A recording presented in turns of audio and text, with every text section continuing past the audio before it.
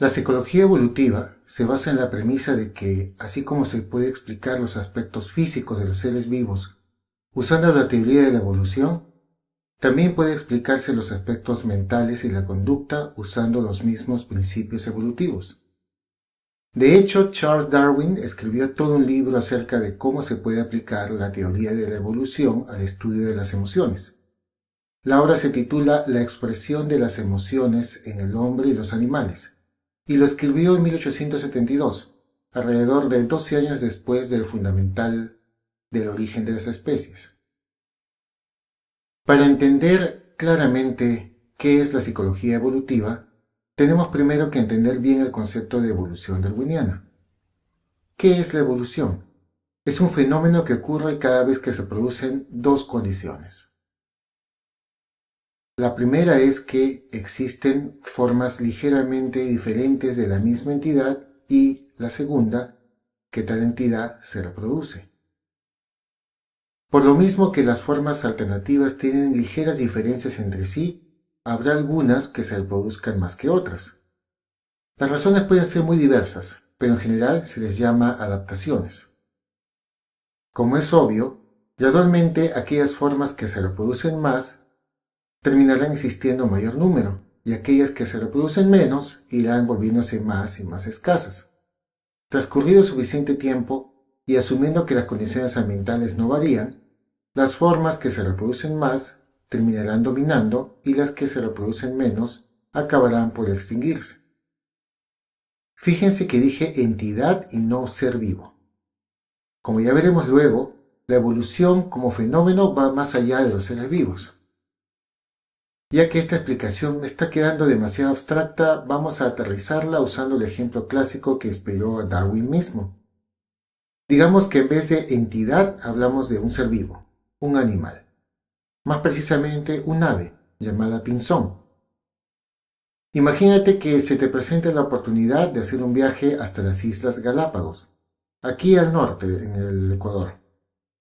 Las Islas Galápagos son el hogar de esta variedad de pinzón. La historia real es más complicada, pero simplifiquémosla para emprender más rápidamente. Resulta que al principio los pinzones eran básicamente iguales entre sí, salvo pequeñas diferencias. Es decir, cada pinzón individual era una forma alternativa de la entidad llamada pinzón. Resulta que de entre aquellos pinzones que se asentaron en la zona rocosa de las Galápagos, unos pocos, por puro azar, tenían el pico un poco más largo y delgado que el de los demás. Como esto les permitía comer algo más de semillas al buscarlas entre las rocas, este reducido grupo de pinzones pudo alimentarse mejor que el resto. Como comían mejor, también vivieron más tiempo y estaban más fuertes, y ambas cosas contribuyeron a que se reprodujeran más y mejor que sus congéneres. Varios de los descendientes de estos pinzones heredaron el pico largo. Incluso algunos tenían el pico un poquitín más largo todavía, y esto les dio aún mayor ventaja sobre el resto. Como aquellos pinzones de pico más corto no se reproducían tanto, se fueron volviendo más y más escasos en esa zona. Al cabo de muchas generaciones, los pinzones de esas zonas de las Galápagos tenían casi todos el pico largo y delgado, y la variedad de pico corto casi no existía. Como se puede deducir de este ejemplo, la evolución es un proceso básicamente estadístico y su foco es el éxito reproductivo. ¿En qué sentido es un proceso estadístico? Si cada ser vivo fuera absolutamente idéntico a sus progenitores, la evolución no existiría. Evolución significa cambio. Para que exista evolución, es imprescindible que cada nuevo ser vivo tenga al menos pequeñas o sutiles diferencias en relación a sus padres. Son estas diferencias, que a veces no son tan pequeñas, lo que hace posible la evolución. Puedes pensarlo así. Imagina que fabricas barras de chocolate, o que eres el dueño de una cadena de restaurantes dedicados a vender deliciosas tajadas de pizza. Por más que quieras, algunas tajadas serán ligeramente más grandes que otras. Puede que el empleado del mostrador quiera caerle bien a la guapa cliente y se le pase la mano al cortar su porción. O que por puro azar la máquina dedicada a moldear la pasta de cacao tenga una pequeña variación y una de las barras de chocolate termine siendo un poco más grande que las demás. Eso se llama variación estadística. Por más que las empresas dediquen mucho dinero para evitarlo, la variación es casi imposible de eliminar. De hecho, la famosa calidad total es precisamente eso: tratar de reducir al mínimo la posibilidad de variación en la elaboración de algún producto o servicio. Si comparas la barra de chocolate o la tajada de pizza con un ser vivo, incluso con la más insignificante bacteria, te darás cuenta de que esta última es muchísimo más compleja que la más elaborada tajada de pizza. Si las empresas no pueden eliminar la variación estadística en procesos comparativamente simples, cuánto menos podrá hacerlo la vida misma al momento de la reproducción de un ser vivo. Ahora te será más fácil entender también uno de los corolarios más importantes de esta teoría. La evolución solo puede actuar en aquellos rasgos de los seres vivos que son hereditarios. Mucho ojo con esto: si el rasgo no se hereda, no es posible explicarlo mediante la teoría de la evolución. Esto es muy importante en la psicología evolutiva porque nos orienta en relación a qué parte de la conducta podremos estudiar desde esa óptica y qué parte no. Por ejemplo, podríamos, al menos en principio, intentar analizar la inteligencia o la predisposición a desarrollar esquizofrenia usando la psicología evolutiva, porque se ha establecido que ambos rasgos tienen una carga hereditaria. Por otro lado, ser hincha de la U o de la Alianza Lima no sería hereditario, por más que así lo digan los padres fanáticos del fútbol. Por lo tanto, podríamos estudiar la inteligencia o la tendencia a desarrollar esquizofrenia usando la psicología evolutiva, pero no la tendencia a ser hincha de algún equipo de fútbol.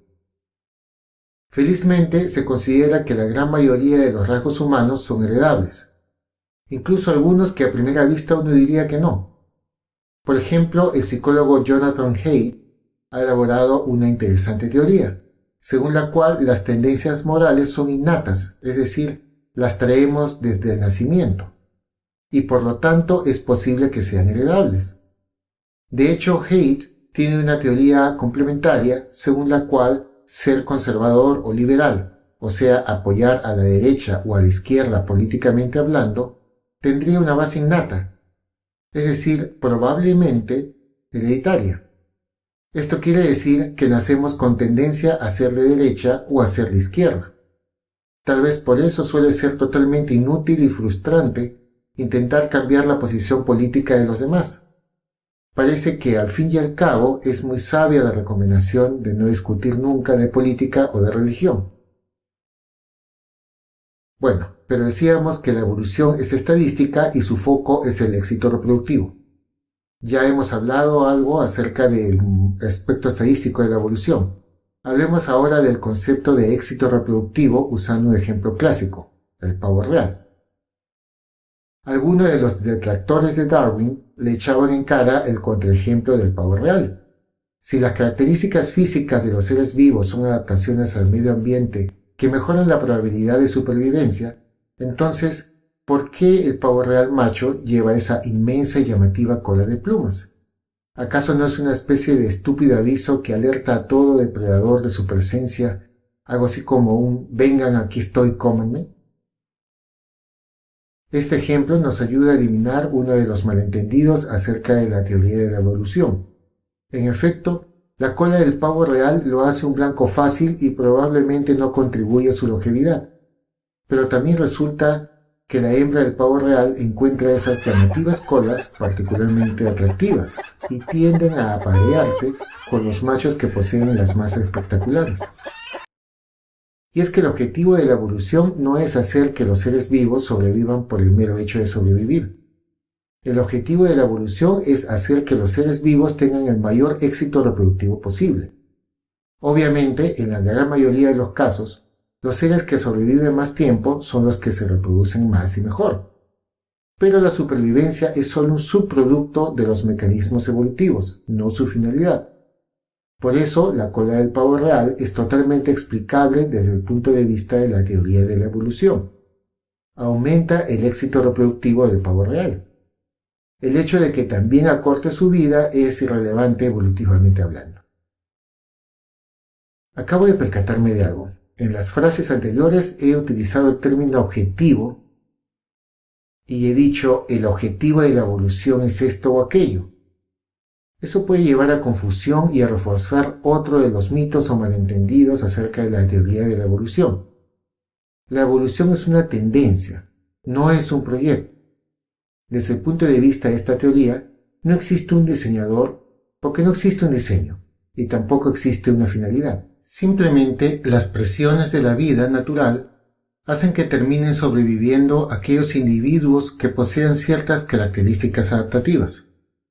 Cuando uno ve esas manidas gráficas que muestran al ser humano actual como la culminación de una secuencia que empezó con los homínidos prehistóricos, uno podría caer en el error de creer que la meta de la evolución era crear o generar al ser humano actual, y que todos nuestros ancestros homínidos eran algo así como borradores, bosquejos o etapas previas para llegar al Homo sapiens.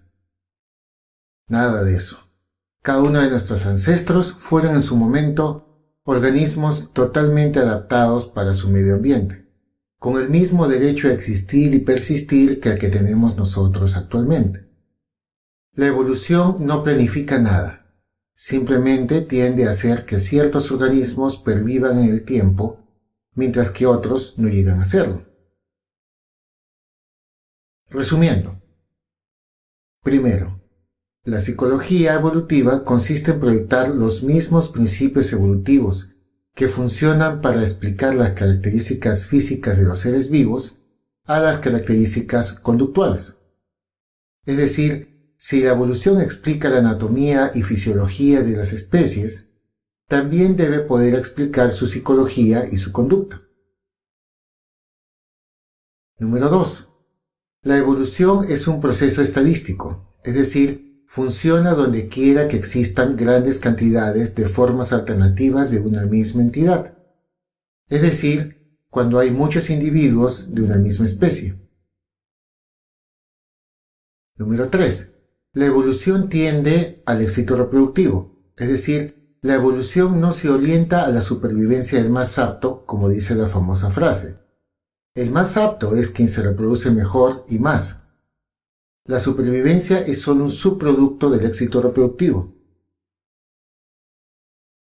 Número 4. La evolución no se limita a los seres vivos.